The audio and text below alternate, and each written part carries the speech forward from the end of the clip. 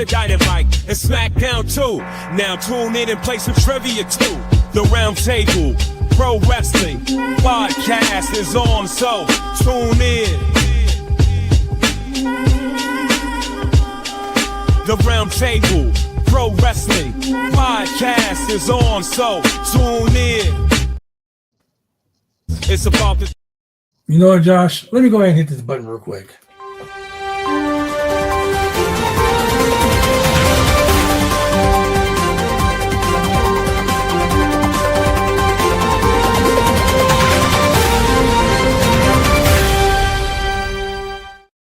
Ladies and gentlemen, welcome to the Roundtable Network News, episode number 52. And Josh, let's talk about this real quick. First and foremost, ladies and gentlemen, the news never stops. It never stops. But I came across some news today, and Josh just told me about something that he saw.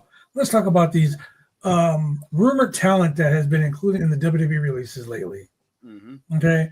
There's a couple of people that have been posting on Twitter, Instagram, whatever you want to call these social medias. But look, let's talk about it for a quick. Chelsea Green raised my eyebrows when she shared this post on Twitter that said, "My farewell address following her recent loss of the WWE United States Women's Championship." Despite the post, ladies and gentlemen, look, Chelsea Green is not leaving the WWE. She is actively scheduled for television, including tonight's SmackDown. They'd be idiots to release Chelsea Green. Also, Shotzi Blackheart. Shotzi also caught fans' attention by a dramatic self-produced promo that led many to wonder if she was actually leaving the WWE or not. However, sources close to the situation say that there has been no talks of her being released. In fact, the promo raised a lot of praise backstage by the creative team. So Shotzi's not leaving. Austin Theory posted a vague and ominous message on his social media to let fans wondering if he's going to still be there or not. As of Friday morning, Austin Theory is still on the goddamn roster, ladies and gentlemen.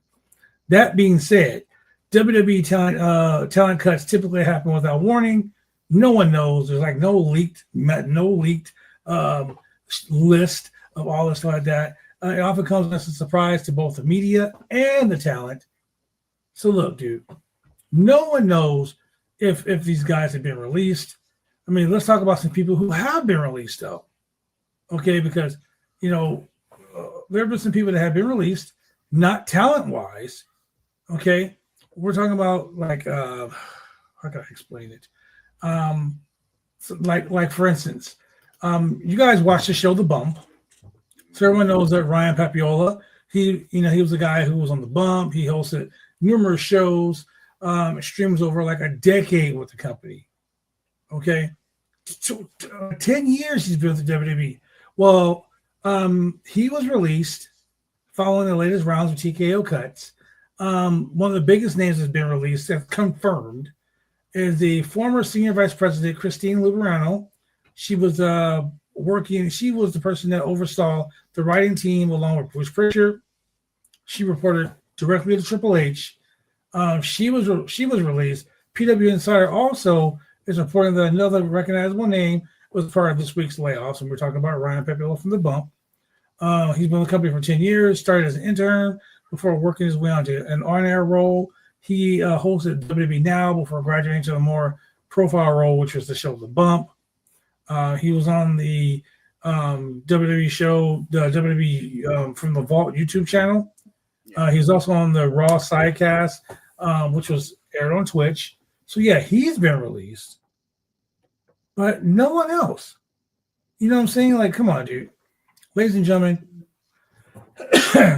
speculating on someone losing their job, post it on Twitter, Twitch, wherever you want to post it. Dude, stop it. Okay? It's not cool. It's not cool. What do you think about what do you think about that, Josh? Well, it always sucks to hear when someone loses a job, especially like in WWE. It's just well, I mean, it's a shame, but I just gotta wish the guy Ryan. Yeah, I gotta just wish him the best in the future, and for fans, yeah, just stop. It's just crazy. Dude. I don't like any of it. Stuff like that really irks me when I hear that stuff. Mm-hmm. So let's talk about Liv Morgan. Oh, Shane had been spending years calling her Mid Morgan. yeah, I You remember know, that. and it was really like annoying. We talked about it a lot. It was pretty annoying sometimes. But Liv Morgan is started in a movie. Yeah, I heard about that. What? She's gonna be gone for a while. Yeah, the movie's called. Okay, so the movie is gonna be called Bad Lieutenant. Okay. Um, it's a big Hollywood movie. This is courtesy of Sean Rudders over at Cage Side Seats. He said there, Liv Morgan, big Hollywood movie reveal. It's a big deal for a film buff, but maybe a letdown for anyone hoping for a blockbuster. Now the film was actually made in 1992. It's called Bad Lieutenant. So this one is going to be like a remake, so to speak. Oh, Courtesy of Mike Johnson, Freedom Insider. Mike Johnson said, called it one of the most impressive gets inimaginable. A part that could cement Morgan as a Hollywood it girl if it is lined up to expectations. Fightful Select also added that one of their sources said a lot of people's jaws will drop when Liv Morgan's news is announced. Well, here it is. Dateline. Dateline reports that Morgan will star in Bad Lieutenant Tokyo from legendary Japanese director Takeshita Miike.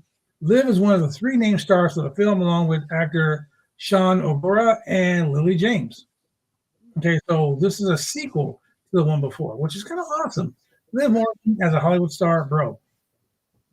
Shout out to Liv Morgan, man, doing the most. A lot of WWE guys have been, a lot of WWE guys have been like, cementing themselves outside of as actors outside of WWE. yeah. I'm just saying it's great. Um, let's talk AEW exits. Mike Johnson from PW Insider. Fightful reported today that former MLW Tag Team Champion EJ Nduka has departed AEW and Ring of Honor as his contract has expired. Nduka had been part of a tag team with Lee Johnson late in the last year with Ring of Honor, but had quietly disappeared in recent weeks. As noted in Q&A several weeks ago, he was not injured, and it was a creative decision. So Nduka took to Twitter this morning and confirmed that yes, he is leaving. He is leaving AEW and Ring of Honor. He says, "I was never meant to sit. Benches are made for the unsure. I've heard the call now. It's time to move. If you think this guy was made to ride the bench, you need to call the 1-800 number because you suffer from mesothelioma. You pencil neck geek. You pencil neck reject. So there's no word as to where Nduka will show up next. Prior to his MLW and AEW runs, he was under a WWE developmental contract. I remember he was under a developmental contract, and I was shocked that he went to AEW right from MLW. I was really shocked because, I was like, what are they going to do with him? Are they going to use him? They used him a little bit on Ring of Honor, but nothing big. Shout out to NJ Duca. Hey, man, the world is your oyster, brother. The world is your oyster. Mm-hmm. What do you think about that? Well, well, you know, it's just like what I said earlier about with Ryan. I wish the guy the best in his future, but I'm curious where he's gonna end up now after. Like, is he gonna stick with MLW or is he gonna go somewhere else? I'm curious where he's gonna end up. That's another thing about like when you hear someone's name gets released, especially if they're a wrestler. Like, oh, is he gonna go here or is he just gonna be done with wrestling? Don't know. Free agency is great. Let's talk about WrestleCon. Ooh. Courtesy of Mike Johnson from PW Insider, WrestleCon announced the following for their SummerSlam 2025 weekend plans. Oh. We will have all the details of our New Jersey event on Friday, May 9th. We appreciate everyone's patience to wrap up as we wrap up and recover from Vegas. Our destination WrestleCon event will be 2 days, Friday, August 1st, Saturday, August 2nd. That right there, my friend, is SummerSlam weekend.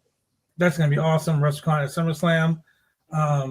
WrestleCon is becoming a staple in pretty much every major wrestling organization's like weekend shows. Yeah. I know we brought this up on the podcast, but I don't think we brought it up in the news that I remember. Did you see the prices for SummerSlam? Dude, Randy Orton said it best when they shot that video, and that guy was like, "Yeah, we spent $5,000 to sit here." Randy was like, "Oh fuck." Hey Randy, you want that big ass paycheck? This is how that big ass paycheck happens. Yeah, but god dang, like the prices for SummerSlam. I thought WrestleMania was expensive, but I feel like they're gonna do this for the big 4 pay-per-views. Well, I mean, honestly, I think they're doing it because, quite honestly, you're doing like how can I explain it? These dual shows back to back, like 2-day events. Yeah. So maybe it's like the price of like maybe these 2-day events are doing like joint pricing for this, joint pricing for that. Maybe that's why it's so crazy. Like they're gonna be doing that for Royal Rumble, right? Yeah. Found out they're gonna have a 2-night event for Royal Rumble. Sooner or later, Survivor Series is gonna have 2 nights, so they got 2 different nights of war games. It's just crazy. Like I said, I feel like they're gonna do this for the big 4 pay-per-views, only for the big 4. Yeah. Well, let's also talk about another departure. This time is from TNA Wrestling, courtesy of Mike Johnson from PW Insider. Savannah Evans has announced that she is done contractually with TNA. She stated this on her Twitter. I should probably follow her. I think I'm going to go do that right now. Yes, follow Savannah Evans. She will probably get booked at a Roundtable Pro Wrestling show. Who knows? As of April 1st, I am currently a free agent. Very grateful for my time with TNA, as everyone there is great. Time to hit the ground running. Booking and signing inquiries. Book Savannah@gmail.com. I'm passport ready. Licensed in Virginia, South Carolina, and Missouri. Hit me up on the IG, Savannah Evs. So shout out to Savannah Evans. She is a free agent. Who knows? Roundtable Pro might find a sponsor to bring her in. Maybe. Never know, man. Hey, let me give a quick shout out real quick. Dave Marquez. Dave Marquez, great producer, great all-around guy in wrestling. I've known Dave Marquez for a fucking long time. The guy came up with the network, United Wrestling Network. Mm-hmm. He's guided in Texas, he's guided in California, and now, courtesy of Mike Johnson from PW Insider, Dave Marquez of the United Wrestling Network has announced plans to debut in Natchez, New Jersey, and West Natchez, New Jersey. There's no word when the debut will air or the talent that is involved in the roster, but this is Marquez's announcement. He made it on Twitter, on Facebook. Let's go. It says here, United Wrestling Network Championship Wrestling is coming to West Nac, Liberty Live this fall. Let's see if we can unite the 5 boroughs. Bro, let me tell you, Dave Marquez is a genius when it comes to putting things together, formerly of the NWA. I've known Dave Marquez for many years, wrestling in California, wrestling in Oregon. The guy's had his hands in some of the best shows. I mean, shout out to Dave Marquez, man. United Wrestling Network is catching fire everywhere. That's awesome to hear. It is awesome to hear, man. For him. So let me also, if you're a wrestler and you're in the state of Tennessee, let me tell you something. Courtesy of Mike Johnson from PW Insider, we have a company called CCW. They issued the following statement. Attention pro wrestlers. Gabe Sapolsky is hosting a seminar and scouting trial for CCW Music City Fight Night 8 on Saturday, May 24th at the Troubadour in Nashville. You'll have in-ring matches, knowledgeable lectures, talent assessment, and more. The seminar fee is $99. You can sign up by going to Coastal Championship Wrestling FL.com/events-1/Gabe Sapolsky Pro Wrestling Seminar Tryout, Nashville, Tennessee. Gabe Sapolsky, one of the heads of the WWE Evolve program. Oh, okay. So if you know anything about Gabe Sapolsky, he's a man that has his hands in all of high profile professional wrestling. Get to that seminar. 9 times out of 10, those seminars will lead to a shot in the WWE. Yeah. I would like to give someone a shout out too. Well, since we're on the wrestling news, I just saw this on her Twitter. It was Selena Vega. Mm-hmm. She went to New York, or where the Twin Towers are at, the memorial. Her father was a guy there. Yeah, and she went there, and she brought the WWE Women's United States title. Yeah, over there, and it was a very emotional video. I saw it on her Twitter, and it was just I'm just happy for her. I'm happy. Like, I know a lot of us wanted the Chelsea Green to keep that title as long as possible, but I'm very happy that Selena Vega has finally won a singles title in WWE.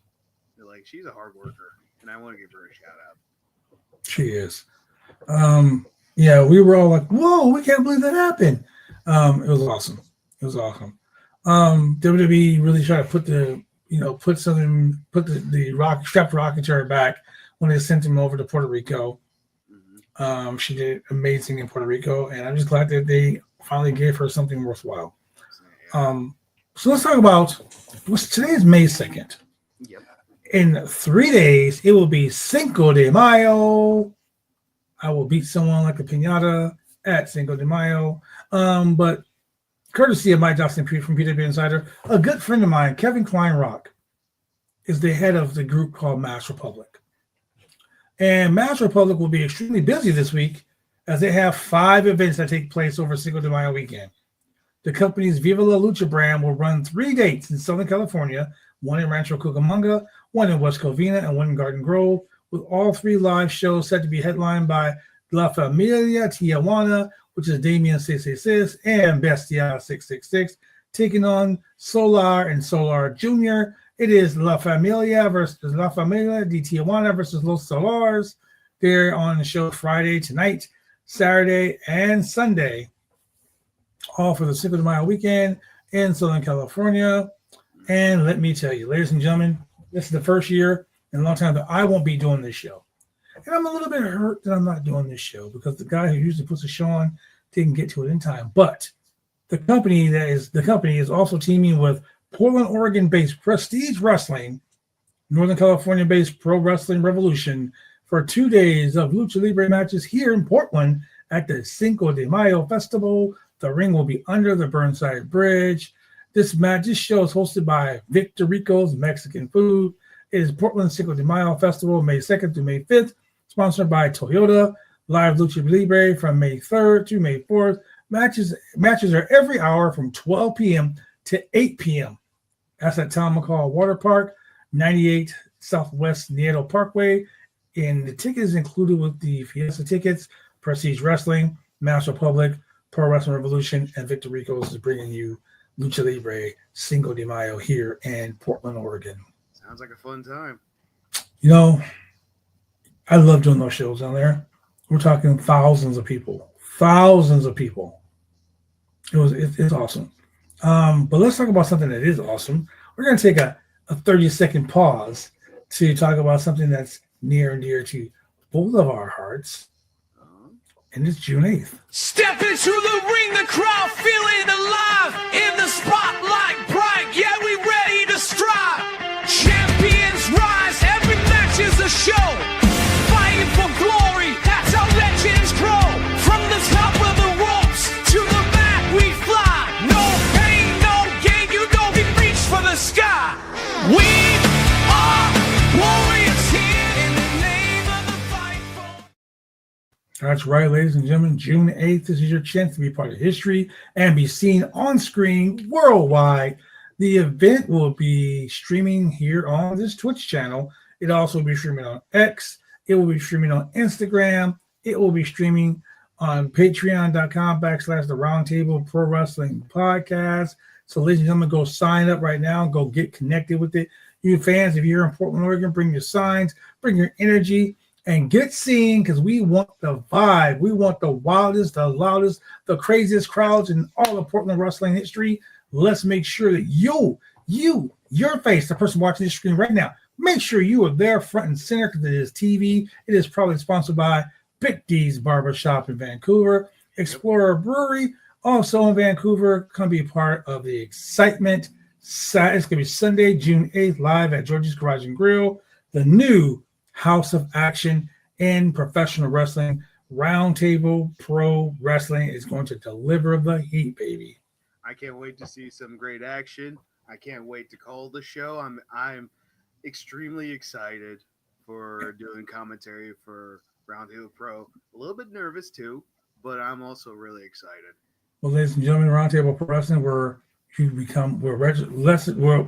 Roundtable Pro Wrestling, where wrestlers become legendary. Get your tickets at ticketsource.com/roundtable-pro-wrestling.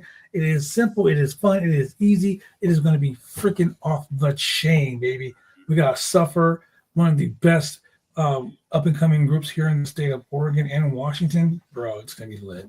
Yeah, I can't wait. I can't say enough good things about it. It's May right now. We got only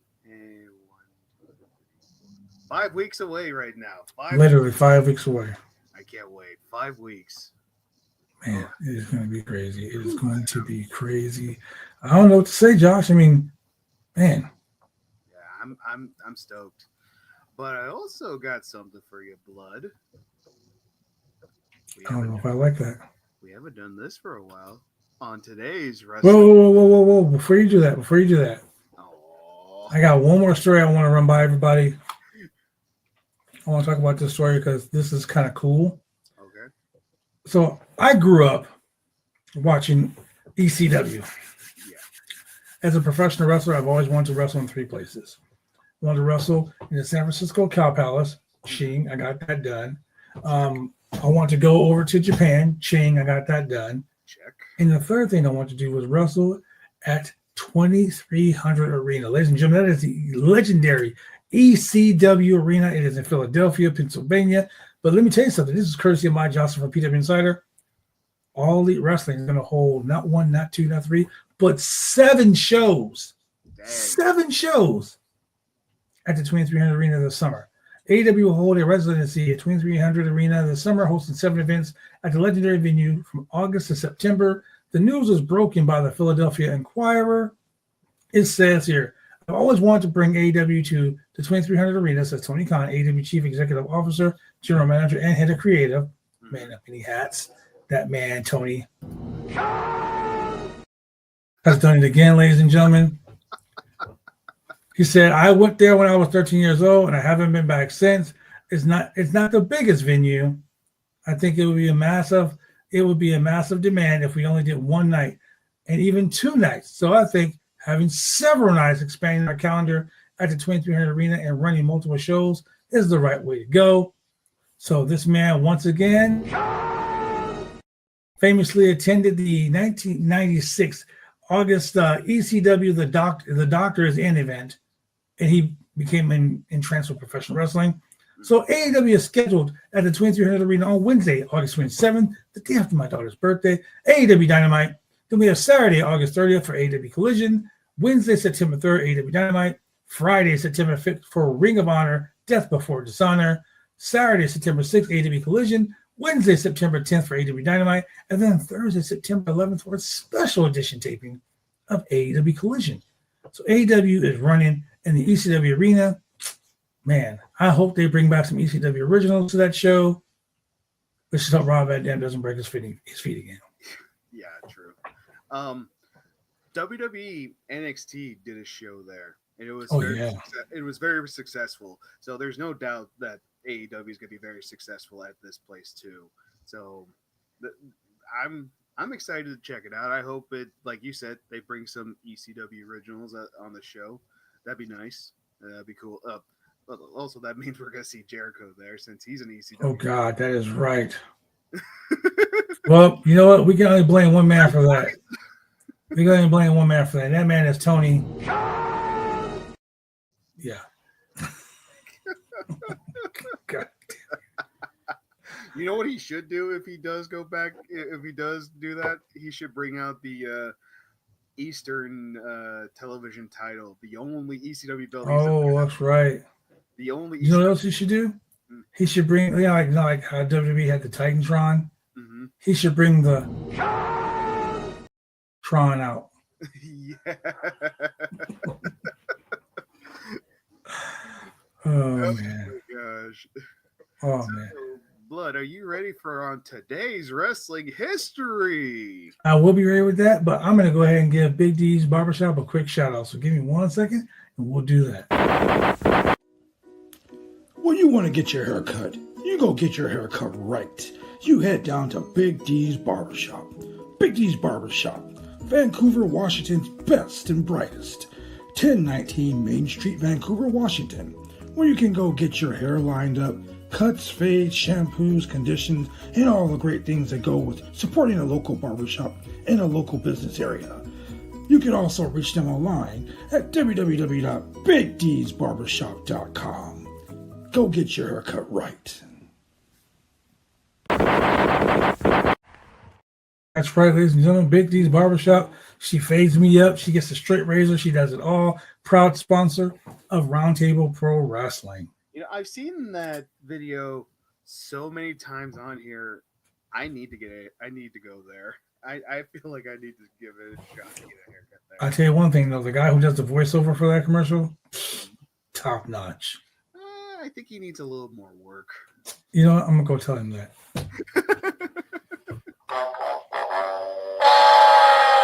Yeah, you get that. Anyway, Josh, go ahead and give us what the fans want. Wrestling history. On today's wrestling history, we're going back all the way to 1987. AWA Super Clash. Oh my God. Yeah.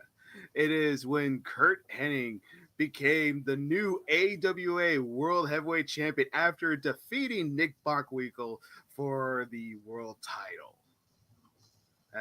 That was I remember they kept going back and forth. Like I was watching the Kurt Hennig documentary, and they were talking about that feud. And, Oh yeah. and it was and I saw the match the first time they wrestled. It was a bloody match.